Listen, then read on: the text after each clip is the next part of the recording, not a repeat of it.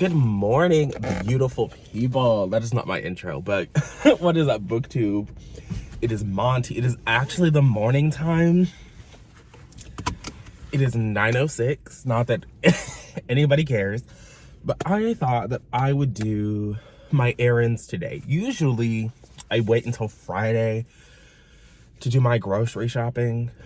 And I'm still probably gonna go to Kroger tomorrow because I'll get more fuel points tomorrow than I will today. But that, neither here nor there. But there are some things that I would like to pick up, so I'm gonna do that. I do need to put fuel in my car so I will not be stranded in case of an emergency. Not really an emergency, but I do want to do an unhaul this weekend. And so that's gonna require me to leave the area, which means I'm gonna need to have more fuel in my car than I currently do. Y'all don't care about that. That's not why y'all tune in. But because it is 9:07, no reading has happened. I'm gonna return the maid. I'm gonna refuel my vehicle, and then I'm gonna go get some groceries. I still have no idea what I'm gonna read. I did bring my headphones in case I decided to listen to an audiobook while I was perusing the shelves. So I have my Beats in my back pocket just in case. So there might be a pre-work check-in. Who would have thought? I don't know. I'm kind of leaning towards the plot, but I've read I did two mysteries back to back, didn't I? Because I did In My Dreams and I did The Maid. So maybe I need to break it up. But the Sarah Shepherd I have checked out is also a mystery. I do have Reputation by Lex Croucher. Macmillan? Is it Macmillan? I think it's Macmillan. They reached out, yeah, because it's Wednesday Books. And they offered Lex Croucher's YA debut. Although when I was reading the email, I didn't realize it was YA until I went to the Goodreads page. And so I don't know if I actually want to read their YA. But they have two so far adult historicals, Reputation and Infamous. And both of them are kind of supposed to be like, I don't know, satirical in a way, like it's just a new look at the genre. I don't know. I don't read historical romance at all. So I figured that I would read one of their books to kind of get a vibe for it, because the one that they offered was like a King Arthur retelling, but it's going to be sapphic. So I don't know. But I might listen to Reputation to get away from the mystery thriller. None of these books have been all that thrilling, but to get away from the mysteries, I don't know. But that's my plan of attack for today, and I will check back in when I have a more firm grasp of what I'm actually going to be doing with my reading. So I did my shopping, I got home, I ate, did a little tidying up, and I have like an hour or so before I need to go to work, so I'm gonna stop by the bookstore, do some browsing. But I have an issue here. So I didn't read while I was at the store. I didn't really pick a book until I was eating, and I was scrolling through my Libby app trying to figure out what it was that I wanted to read, what I wanted to listen to today. I settled, as y'all know by the little thumbnail here, I settled on 7 Days in June. Why did I settle on this book? I wish I could tell you. But y'all, I also want to say I was like this close, and I was like, today is like really the last day that I'm going to be listening to audiobooks at work, because tomorrow I get out early, and then I'm done until January. I'll have to go to work till January, get a nice long vacation. And so I was like, I want today to be a good one, So I came like this close to just putting in Malice by Heather Walters and just being like, this is what we're doing. This is what we're doing today. It's what we're doing. Like, I know I like it. It's a 4-star book. I'm going to have a good time. I'm going to read it. But I said no. Tia Williams, 7 Days in June. There was one of 11 copies available. So I said, this is a sign. This is a sign. This is a sign. Is this a romance? So far, no. We have our main character. This woman, I'm sorry, I don't know what her name is. By the time I come to update y'all tonight, I'll remember her name. But she's a single mom. She writes the little erotica. She writes erotica. She's been writing erotica for like a decade or something. So love that for her. She lives in Brooklyn. Her daughter goes to this little private academy. Some of the things that they were saying about, like, I'm gonna be very honest. Some of why I don't like this book was, like, there was a sentence about how her daughter went to a protest and was, like, begging the cops to arrest her. And I was just like, what? Like, it was such a, like, throwaway line that was supposed to illustrate just how, like, woke her daughter is and how they're, you know, they're down with the culture and some, I don't know. I really don't I don't get it. I don't get it. So we have her, she's a single mom, she writes these little books. When we meet her, she's like masturbating. Then she's talking to her daughter after this, and then she's at like a book signing event at a BDSM themed restaurant where she's handcuffed to a chair, which just seems like foolish. Like, I've never been to a BDSM themed restaurant, but I would just, like, handcuffing somebody to a chair just seems a little foolish. Sounds like a fire hazard to me, so I was like, that's dumb and stupid. But then we are introduced to this main character.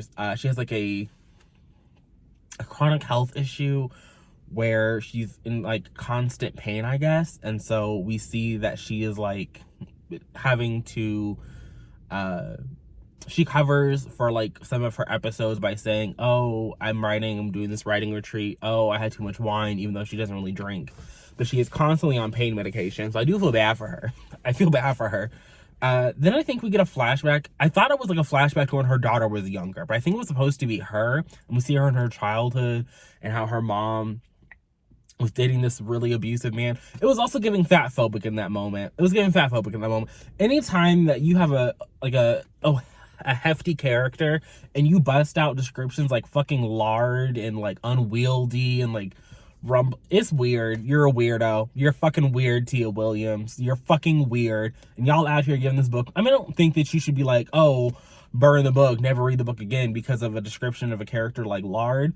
But it's just like, why? Like, for what reason? I feel like descriptions like lard cross into fat phobia. Like, you could be rotund, you could be large, you could just be fucking fat. Like, you're an author, Tia Williams. Like, options were there. When you use shit like fucking lard, I don't trust you. Anyway, so we see the scene, we see her, weirdo. The part that's like not giving romance to me is we have seen the male love interest. I think his name is like Shane. Maybe it's not Shane. I don't know.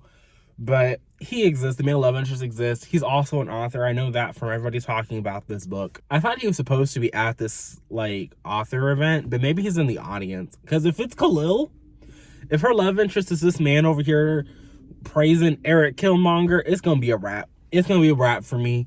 So I don't really understand like what this book is trying to do. I don't really see the point of whatever this is, but it's not giving romance. Also, I think the part that like really kills me is at this little author event, at this little panel, which is where I'm at currently at like the roughly about to be 20% mark. Eva is her name Eva? I think her name is Eva, or maybe Eva's the other author and it's not our main character.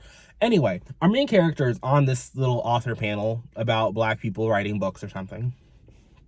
And she's talking about how when she wanted to write Black people into urban fantasy, the publishing houses were like, what? That's weird. Like, what? Black people? Black vampires? Black witches?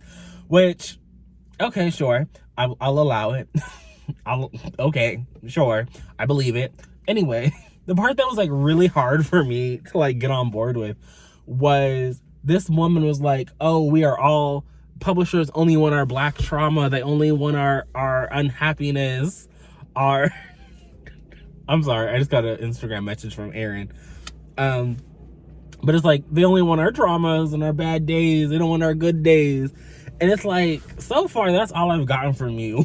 Like, I ain't seen no happiness. When we saw her masturbating, she was on the verge of death. Like, she wasn't even like, it wasn't like a fun, like, ooh, I like some autoerotic asphyxiation type shit. It was like, no, I'm choking on some gum. And she didn't even get to finish. because the gum was so fucking her up so badly. She's like, you know what, never mind. We're just gonna do this again another day. So it's like, I ain't seen no happiness in this book yet. Like, all I've gotten so far is trauma. I've seen you get divorced. I've seen you in the hospital. Your husband. This is the other thing that's wild to me. Imagine meeting, like, your meet cute is in the hospital when she still got fresh, like, bandages from an IV. So you know the girl is sick. Your meet cute is in the hospital when you're doing some candy striper bullshit. And then you have the nerve to be like, I didn't want a patient, I wanted a wife. Like, there's some the things that happen in this book that Tia Williams is writing is like, this is not good. This is not good. Like, Tia. Anyway, I'm trying not to be too hard, but I do think the book is corny. Like, even if the book isn't for me, I think the book is corny. I think that Tia Williams is trying to be deep and, like, give the girl something. But it, like, we are grasping at straws, girl. We are grasping at straws. But I'm going to go because that's really all I got to say. I've only listened to, like, 20%, so there's not a whole lot for me to say. Anyway, I'm going to go. I'll check back in with y'all tonight. But so far, not so good. Okay, what is up, you guys? It's me. I'm here to end out the vlog before I watch the new Gossip Girl tonight. But I didn't do any further reading. Like I said, I went to the bookstore, like I told you all I wanted to do. Maybe eventually there'll be a vlogmas video where I talk about my unofficial official goal of buying one book a month. I don't think that was successful. I definitely spent less money. I think last year I spent like $1,100 on books, which was insane. Like, who has that kind? I don't. Not me, not I. So I think this year it's been like $100 or something. Maybe it's like $150. I think I've purchased 15 books ish. I really don't want to count Miss Memory Lane by Colton Haynes because it was technically a free trial. And so, like, I purchased it, but it was free. You know what I mean? So, like, I purchased them, I think all except for one. I think the only book that I technically purchased this year that I haven't read, again, we'll get into this in that video, was like The Drowned Woods by Emily Lloyd Jones. I don't know.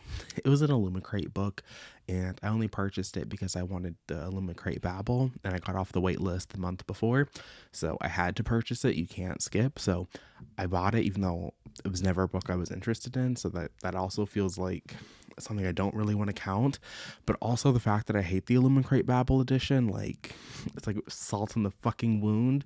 But it is what it is. We're not gonna say that, like, I didn't purchase them, because I did purchase them. But all in all, I think that going from purchasing, I don't know, a lot of books that I haven't read to only purchasing 15, I'm okay with that. And then on top of that, they were all books that I had already read, or I read as soon as I bought them. Like, I think that's, if you're gonna buy books, that's probably about as good as you can get. So I'm not too upset. I did not read any more of 7 Days in June. I got to work and I didn't really want to listen to the audiobook because I didn't really like the first half. I didn't even listen to half. I listened to like 18%, but I wasn't really vibing with it, and so I just didn't listen to it at work. I watched Kayla's video, or I listened to Kayla's video, and I was happy, because if she had not liked Honey and Spice, I don't know if I could watch tomorrow's entry, but all is good in the world. She liked Honey and Spice. Spoiler for that, I guess. So I watched Kayla's video, and then Kimberly Nicole Foster had a live that I missed that I was watching the replay of. So I watched a lot of YouTube. I didn't listen to I listened to a lot of YouTube. I didn't really watch it because, you know, had to do my job. But that's where it is, and now I'm gonna watch Gossip Girl. And after Gossip Girl, there's another episode of Criminal Minds that I have to watch. So there's gonna be no reading today, and I'm kind of okay with that, because you don't have to read every day. So if you need that reminder, here's me telling you that you don't have to read every day, and your life will continue to move on, and you will still have purpose as a person. But I'm gonna go. Thanks for tuning in. I will check in tomorrow with thoughts and opinions. We'll make a final decision together about 7 Days in June, and we'll see what else I get up to.